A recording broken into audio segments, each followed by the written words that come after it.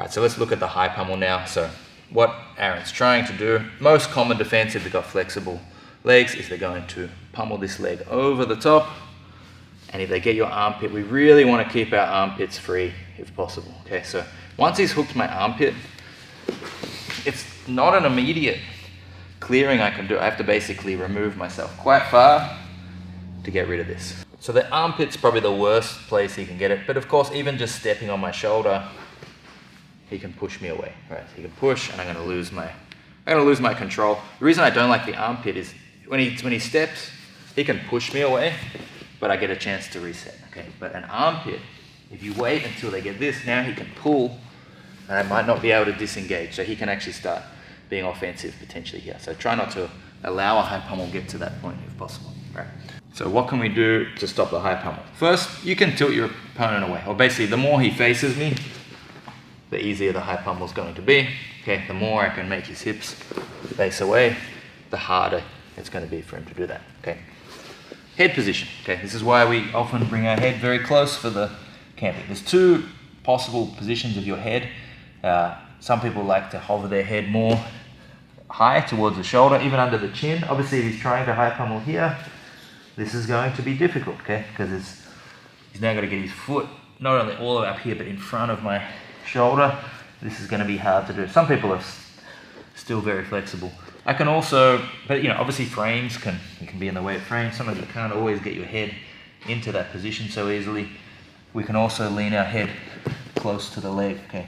Almost tracking the calf, not just right on the knee, but a little bit on the calf. So if he tries to go over, I can sort of stay under the calf, and also trying to stop him going under as well. Okay, so he might try to go under with that leg. Right, so he goes here, tries to go over. We can do that. Okay, so we can face the hips away. We can use our head very close. We should be using our arm to make that more difficult. This is part of tilting the hips away and part of stopping the knee coming to the chest. The more we go here. Okay. Next is turning your shoulder and sprawling. Okay, so if I can get a somewhat deep grip here, as Aaron goes to high pummel, if I bring this shoulder forward, okay, he goes to go over, you'll see that's difficult. I almost want to hover my head over this side a little bit, so I have like a quite tall posture, and you can see my elbow and shoulder being forward. Sometimes even if he gets a bit further, this will be with the head down. Okay, so he really is going to struggle to get that to work. Often then when he takes his leg back, we can come back into our position. That can even be with the hand framed here. He goes for it. We can go like this, sprawling, okay, and then coming back when we feel like the high pummel's not as much of a threat. We can use, very often, we're going to use our hand to parry the high pummel. Okay, so as he goes to go over, we're going to circle out like this. Again, he goes for the high pummel. You just got to slide your hand up to the ankle. Okay. Knee's no good. He's going to go right over that. Okay. But ankle. Okay. Now just keep it.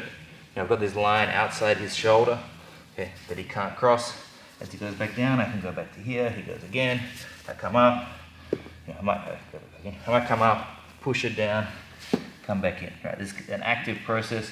Lastly, you can even use your other hand. If he does pummel to the far side, or manage to get a high pummel, but especially if he's a bit bent, where he hasn't been able to push through, like here he can push very strong and clear. Okay, but when he just gets it and his leg's a bit bent, often you can use your other hand to assist. Okay, if we go back to that. For this one, chest forward, hips low. Okay, so I'm sort of keeping that bend in his leg. Okay, so he can't push extremely well right now. My other hand's going to go onto the toes. I'm going to lift up and then kind of duck my shoulder from forward to out. Okay. So again, so we're leaning forward, and I basically turn this shoulder away as well. Okay.